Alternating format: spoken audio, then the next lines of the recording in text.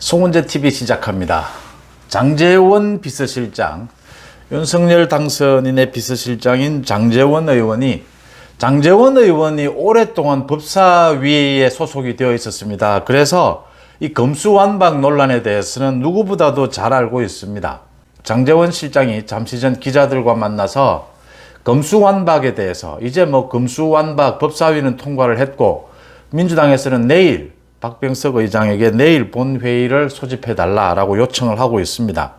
내일이라도 법안을 통과시키겠다라는 생각입니다. 그러니까 국민의힘에서는 필리버스터를 해야 합니다. 필리버스터를 하더라도 살람이 민주당에서는 회기를 쪼개는 방법으로, 그러니까 내일 안 되면 28일, 29일 이제 통과를 시키겠다라고 하는 겁니다.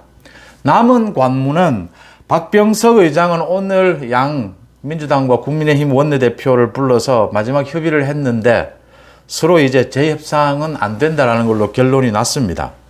박병석 의장은 본회의를 소집하지 않겠느냐 이렇게 예측이 됩니다. 남은 것은 이제 문재인 대통령이 거부권을 행사하느냐라는 부분입니다. 이 부분에 대해서 장제원 실장이 조금 전에 기자들에게 문재인 대통령이 거부권을 행사하리라고 본다. 행사하지 않아야 될 이유가 없다. 이렇게 얘기를 했습니다. 장제원 실장의 건의라고 해도 좋고, 장제원 실장의 예측이라고 해도 좋고, 장제원 실장의 압박이라고 해석해도 좋고요. 문재인 대통령이 이 부분에 대해서 얘기를 했어요. 그러니까 어제 방송이 된 건데 녹화는 지난 24일 한 것입니다. 그 손석희 씨와 대담하는 것에서 이 부분에 대해서 여야 합의안 중재안이 나온 것이 참 잘 됐다. 박병석 중재안으로 여야가 합의했을 때거든요. 그래서 참 잘 됐다라고 했습니다. 이 참 잘 됐다라는 것이 여야가 합의를 해서 잘 됐다라는 것도 있고요. 검수완박에 대해서 이렇게 처리할 수 있게 돼서 잘 됐다라는 것도 있는데, 여야 합의가 잘 돼서 잘 된 것이다 이렇게 하는 쪽에 무기가 실린 것입니다. 그러니까 이번에 여야 합의가 이제 안 되고 깨졌으니까 다시 이제 민주당이 강행해서 처리를 하는 것이니까 독단적으로 장제원 실장 얘기는 문재인 대통령이 거부권을 행사할 것이다. 행사해야 한다. 지금 이 이야기입니다. 묘한 시점에 묘한 이야기를 했다라는 부분입니다. 문재인 대통령이 거부권을 행사할 것이냐. 여야 합의가 되지 않았는데 이 여야 합의를 깬 쪽이 국민의힘이다. 이렇게 봐서 거부권을 행사하지 않을 수도 있고 거부권을 행사할 수도 있다.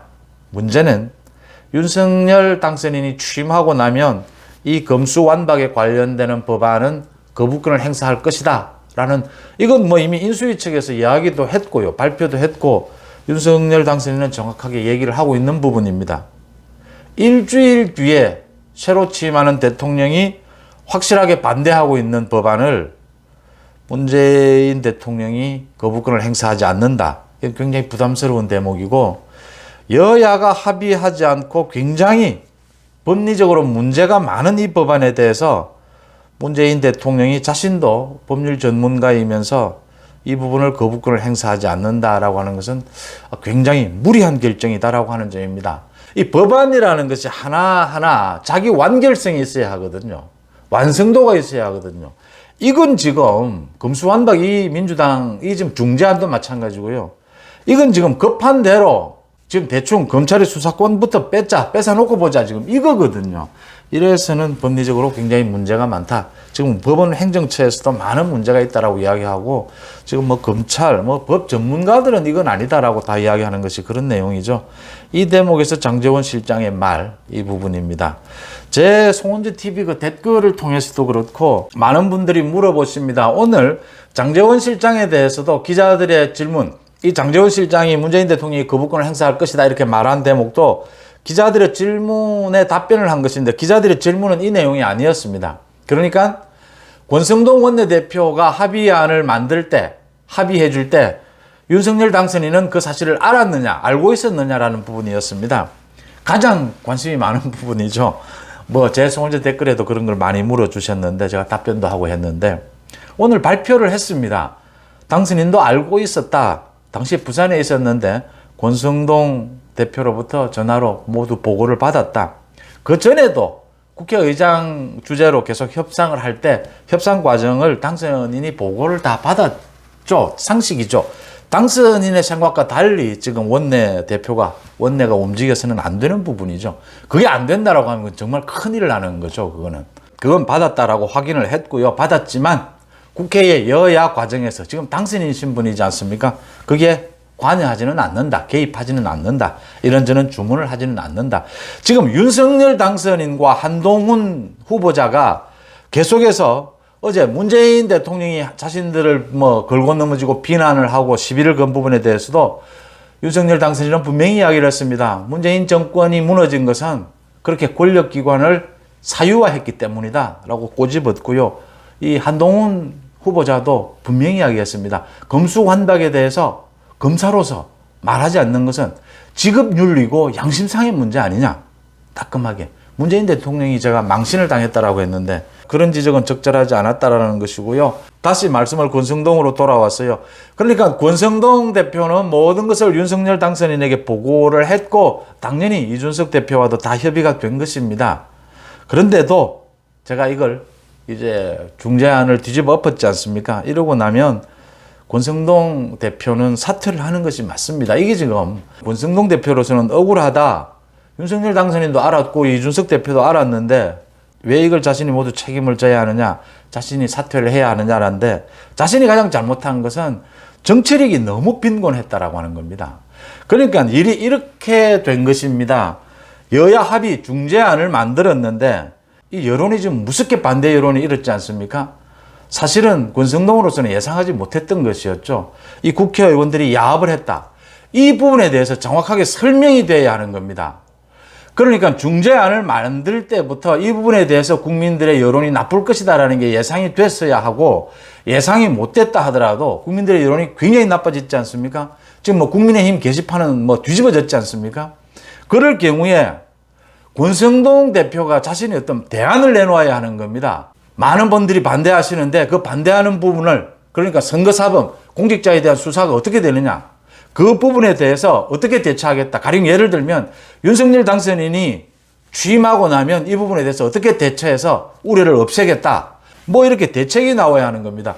거기에 대한 대책이 안 나오고 수수방관을 하고 있으니까 여론은 더욱 나빠지게 되는 것이고 윤석열 당선인은 알고 있다 하더라도 이걸 그대로 보고 있을 수는 없는 것 아닙니까? 그래서 나온 말이 어떻게 정치가 국민을 이길 수야 있느냐. 이준석 대표가 뒤집어 엎는 결정을 했는데 거기에 한동훈을 끌어온 것은 이준석 대표의 결정적인 잔머리입니다. 아주 나쁜 태도예요. 당대표로서 그 체신도 아니고 말이죠. 거기에 한동훈 후보자를 왜 끌고 옵니까? 한동훈 후보자는 이런 것에 개입하는 것. 윤석열 당선인과 한동훈 후보자는 지금 이런 문제에 개입되는 것조차 부적절하지 않습니까? 그럼 당장 공격을 받지 않습니까? 지금 민주당에서 공격을 받지 않습니까? 지금은 당선인 신분이고 후보자 신분이지 않습니까?